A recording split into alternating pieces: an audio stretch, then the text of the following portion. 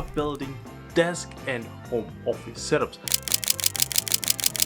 But this time I went all out, and honestly speaking, this is by far my best setup, but you won't believe what it cost me to bring it all together.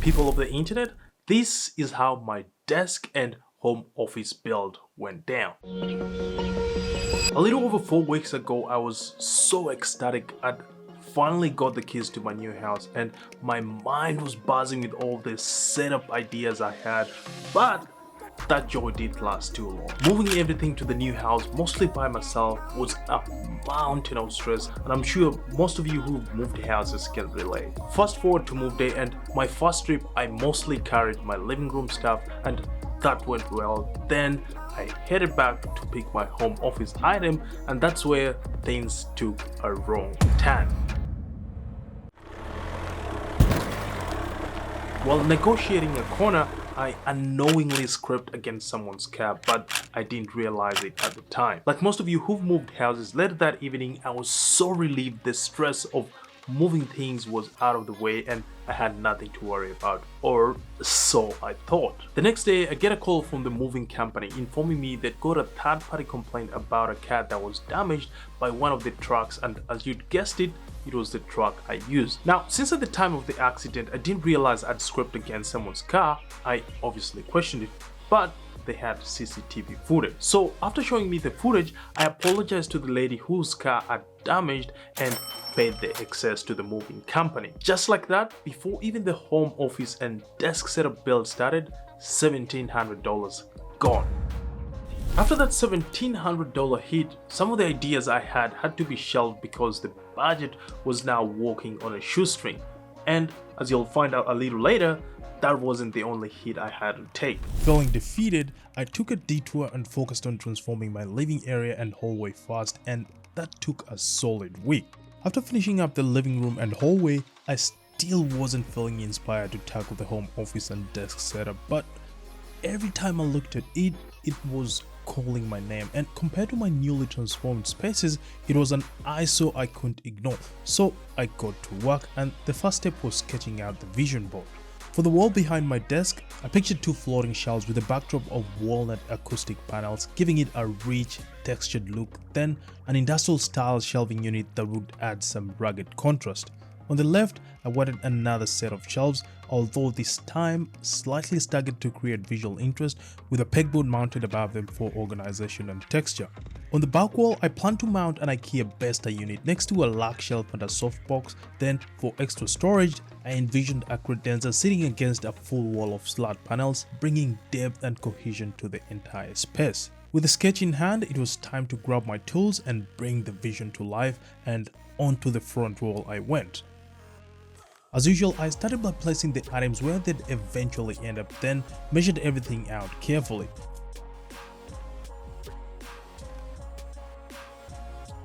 With the measurements in place, I first placed the desktop on the floor to give me a rough idea of how to lay out things, then proceeded to install the industrial shelving unit. A few drill rotations later, it stood firm and tall. From there, I moved towards the center, and I started by cutting out the socket hole. And a quick tip here, by squeezing a tiny bit of toothpaste on the edges of the socket, then pushing the slat panel against it, it leaves you with a rough estimate of the area that needs to be cut out. If you'd ask me, I'd recommend adding an inch or two to that, then proceed to cutting. After cutting, I proceeded to screw them on the wall, then quickly installed the shelves and filled up the spaces with acoustic panels.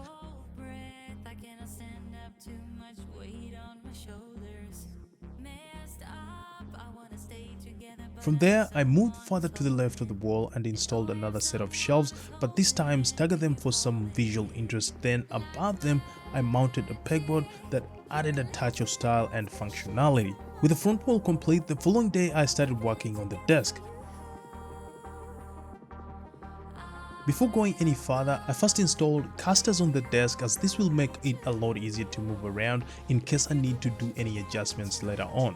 Now, since I'd removed the desktop to make the moving process easier, I had a fair bit of work to get it fully functional again. First, I untangled all the wires from the desk frame, which didn't take that long, then screwed on the desktop.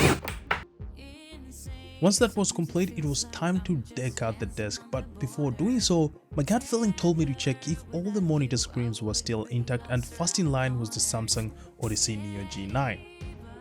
Alright, moment of truth, let me see if it's alright. No dents, nothing too serious. Alright, not too bad.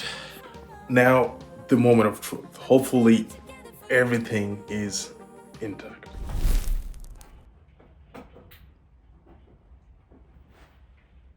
Oh, yeah? Oh, what? Oh no, what's not happening?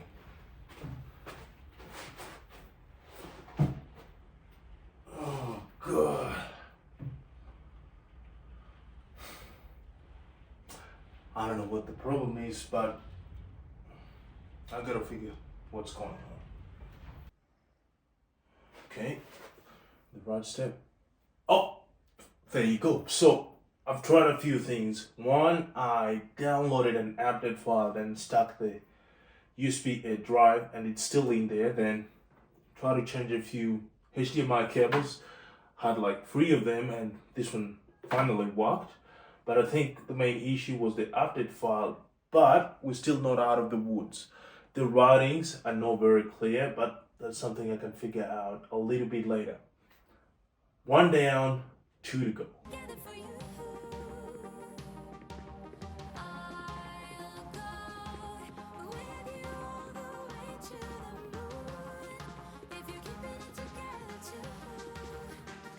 Doing a quick scan and straight away, this doesn't look good, guys. Oh God. Oh my God, I think it's broken. Oh. Yep. There you go. Even without going anywhere. It's cracked. Alright. I'll see how much it costs to repair and see if that's an option I could assume. Alright, so I looked up a few places where I could possibly repair it, and the price range is between $1,000 and $1,500. That's basically a new super ultra wide if you go for refurbished. And considering what my bank account has already gone through to this point, that doesn't seem like a good option. Alright, on to the last monitor. There you go, this one's working perfectly fine. So the only thing that's remaining is adding all the desk accessories. Now that my daily driver was alive and kicking, it was time to mount it on a monitor stand, and the one I've been using is the Ergonomic HX monitor amp.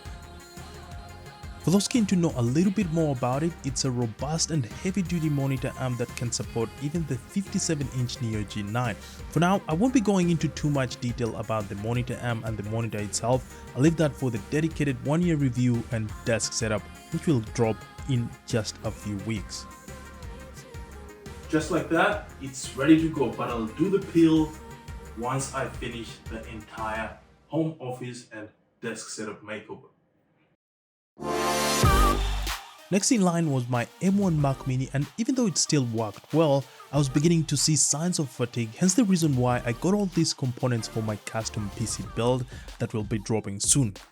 So if you haven't subscribed to the channel yet, make sure you do so that you don't miss out when the PC build video drops. Plus, it helps the channel in ways you can't even imagine. Speaking of things that help in ways you can't imagine, being a creator, over the years, these Kanto YU2 speakers have come in clutch during those edit sessions, and when I decide to kick back and watch other creators or the casual Netflix show, they haven't disappointed. I mean, just listen to this.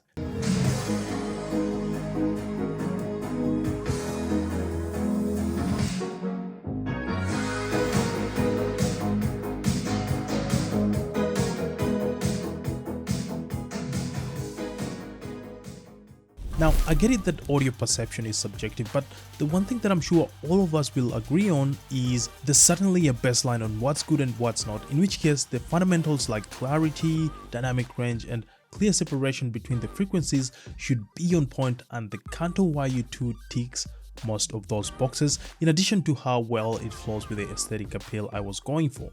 The one gripe I have with it though is it doesn't pack much bass, and it's also on the premium budget end of the market when it comes to price.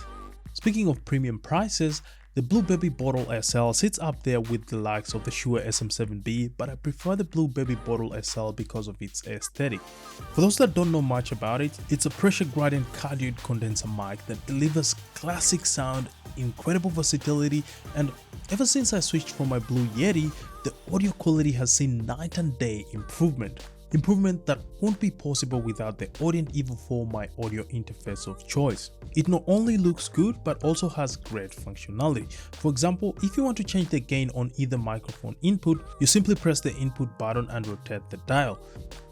For the gamers out there, you can easily balance between your mic audio and in-game audio by simply pressing the audio mix button, then turning the dial to either side to set it to 100% input or 100% in-game audio, which in turn allows you to control your voice reference and mix it perfectly with the game you're playing.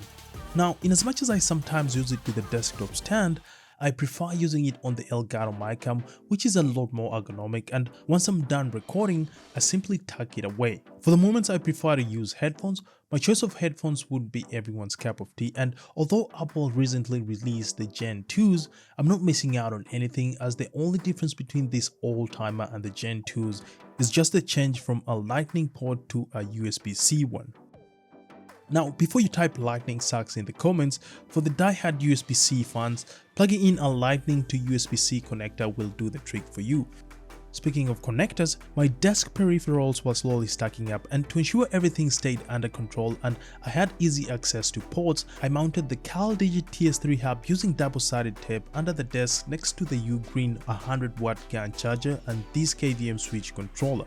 Now, if you'd ask me, even though the TS4 has been out for a while now, the TS3 is a household name when it comes to desk setup docks. The next item I added is from a popular brand when it comes to desk setup accessories, and for those wondering, it's the Government MagSafe dock, but because of its hefty price, most people prefer to get budget options, and rightly so.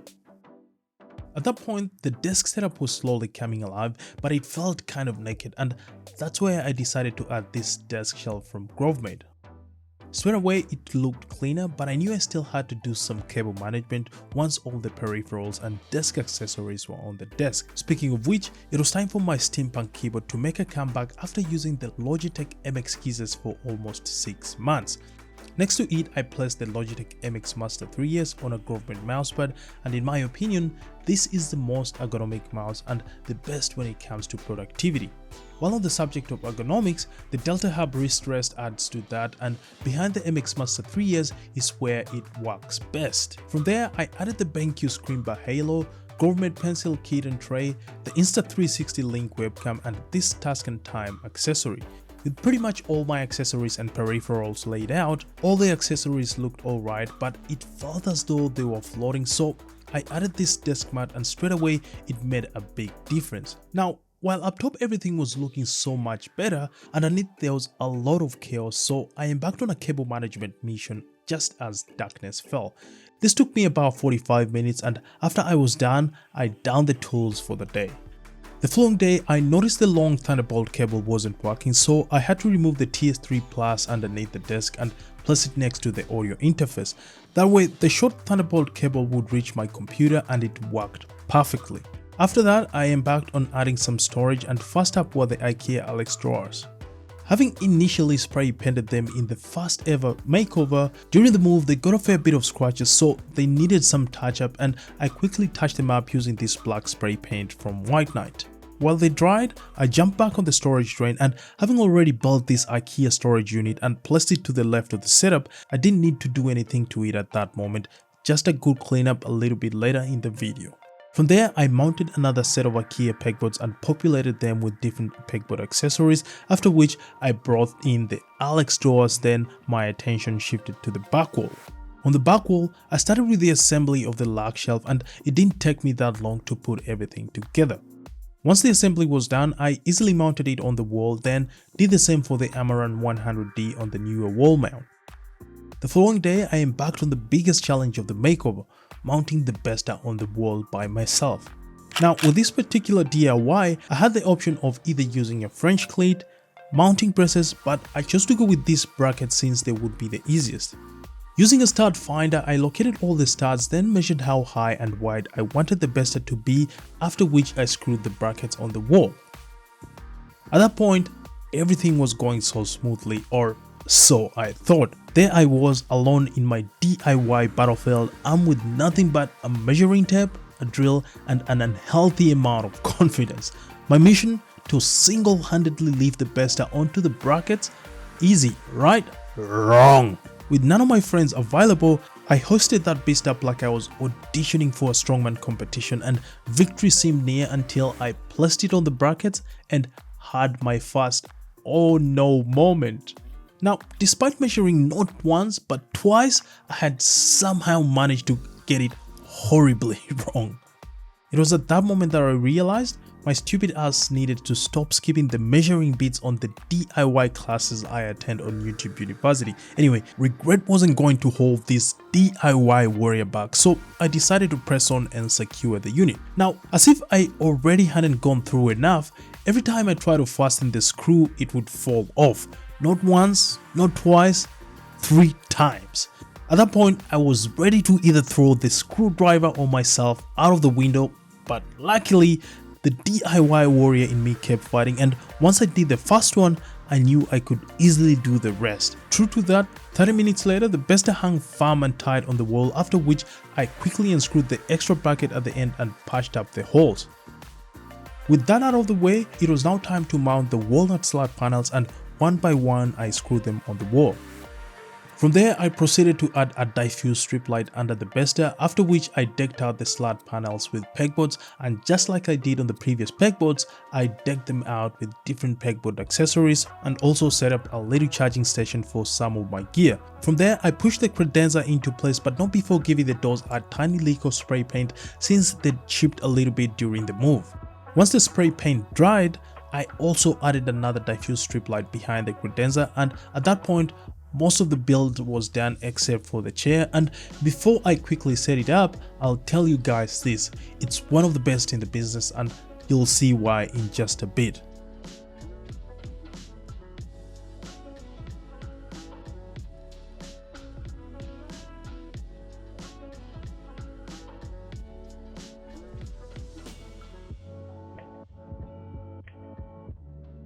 About 30 minutes later, it was ready to go, and just look at that. If you guys remember, I've got a similar chair in my other setup, which by the way is next in line after this makeover, and trust me, you won't want to miss that one as well. Now, if I was to describe this chair in a few words, it's where design meets unrivaled comfort in your workspace, and working in tandem with my other desk setup accessories, those focus prints are about to get comfier than ever. You know what? I'll knock it off there and leave most of the words for the in-depth desk setup tour. At that point, I only had a few things remaining. I started by placing my collectibles on the shelves above my desk, which included my vintage cameras and this orange vintage typewriter for some color pop. Next, I moved to the industrial shelving unit on the right, where I put back my watch box, IMS bud, gimbal, and waterfall. My storage baskets went at the very bottom, and my printer of choice, the HP Tango, also got a spot on the industrial shelving unit. For the printer, I like its small footprint and the fact that it's smart. Printing and scanning my documents can be done from any device that can connect to it. For instance, using the 2nd gen Google Nest app that I'll be adding later, I'll be able to enjoy voice-activated hands-free printing. Now, the only caveat to that is the internet connection has to be reliable, and because my router is in the garage, I added the TP-Link Deco AX1800 mesh Wi-Fi system. By the way, if you're in the market for a budget-friendly mesh setup, the TP-Link Deco works well even for large houses. It covers up to 6 bedrooms and fixes those dreaded Wi-Fi dead zones with utmost efficiency. Before you ask, this isn't sponsored, I'm just recommending a product that has given me an amazing user experience whilst allowing me to monitor my internet. Speaking of monitoring, I also added an air purifier to help monitor the air quality in my home office. This is the Alpha Comfy air purifier, and its high efficiency filtration system works effectively, especially for those moments when the good old stinker sneaks out. In terms of coverage, it covers up to 388 square feet, so having it in a place like this is more than enough. Now, I'm sure most of you would agree that most air purifiers get quite noisy, but this one is quiet thanks to its whisper technology, and I like that I can control it via Amazon Alexa or Google Assistant. Now, since I'm not just all work and no play, I added this record player and these interesting looking bookshelf speakers. Speaking of all work and no play, doing that while seated at my desk would quite add up, so I added a chill spot, and the Hans Wegner shell chair was the ideal fit with my carved floor lamp, casting the perfect light canopy when I decide to chill in the office late at night. Speaking of nights, it was getting late, so I decided to call it a day and picked up where I left off the following morning. The first thing I did was place this smart coffee table that comes with lots of interesting features not too far from the shell chair, so whether you'd want to wirelessly charge your phone, listen to music, or just want somewhere to place your drink, it's got it all. Speaking of a drink, I'd be grabbing mine from this tiny fridge that I added underneath the pegboards. Design-wise, everything was flowing so well, all because of the design tip repetition creates rhythm, and as you can see, the shell chair references the mid-century vibe from the slat panels. The natural oak color on the pegboards is referenced on the record player and my desk chair. The bronze on my vintage telephone carries on to my steampunk keyboard and microphone. The grey on the chair is also picked up by the desk mat and smart speaker stool, just to name but a few.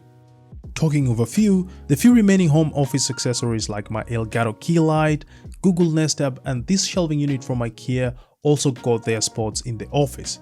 With most of the accessories in place, it was time to tackle one of the most important elements, lighting, and tell you what, this was going to be a game changer. With a few areas already handled, I didn't have much to do. My first source of light is the window to the right, which gives me plenty of natural light. Then when the skies start to dim, the magic of artificial lighting comes in. My Godox SL60W in a newer softbox would remain my portable key light for different sets around the house. Then my Aperture Amaran 100D would come in clutch when I need more light in the office. For context, with just a single tap on my phone, I can instantly flood the room with light, perfectly tailored for creative control in post, and the best part is I can adjust the brightness and swivel it to focus exactly where I need it. Next, I added LED corner lights for that late night ambience, and the carved floor lamp I mentioned a little earlier would provide the perfect light canopy from the back of the shell chair. Speaking of the shell chair, after looking at it canopied in that corner by the floor lamp and softbox, it kinda looked a bit overcrowded, so I moved it to the other side together with the floor lamp, and it stood out like the standout piece it's supposed to be. From there, I proceeded to add this mushroom lamp on the credenza and a bunch of IKEA lights on the industrial shelf, as well as the IKEA Besta cabinets. Oh, before I forget, since orange was starting to dot a few spots in the office, I decided to spray paint the IKEA light on the Besta, and it turned out perfect.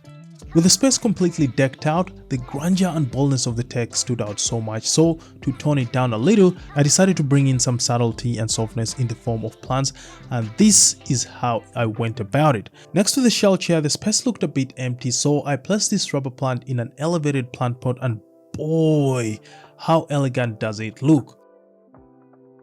On the industrial shelving unit, I placed this cascading devil's ivy alongside a bunch of IKEA plants, which also took different spots in the office. This bamboo plant fit perfectly in the corner next to the IKEA Besta and shelves. Then I added a peace lily next to the Chapman speaker stool.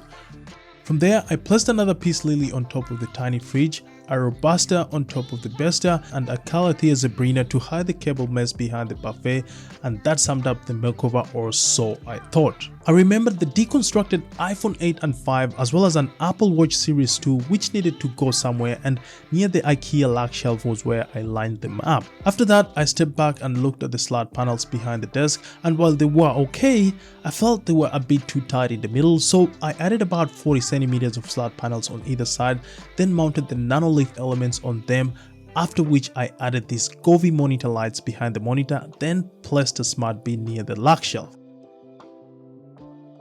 At that point, the only thing remaining was peeling the protective seal on the monitor, and that finally summed up the makeover. I was now happy with how everything looked, which was the perfect time for the reveal.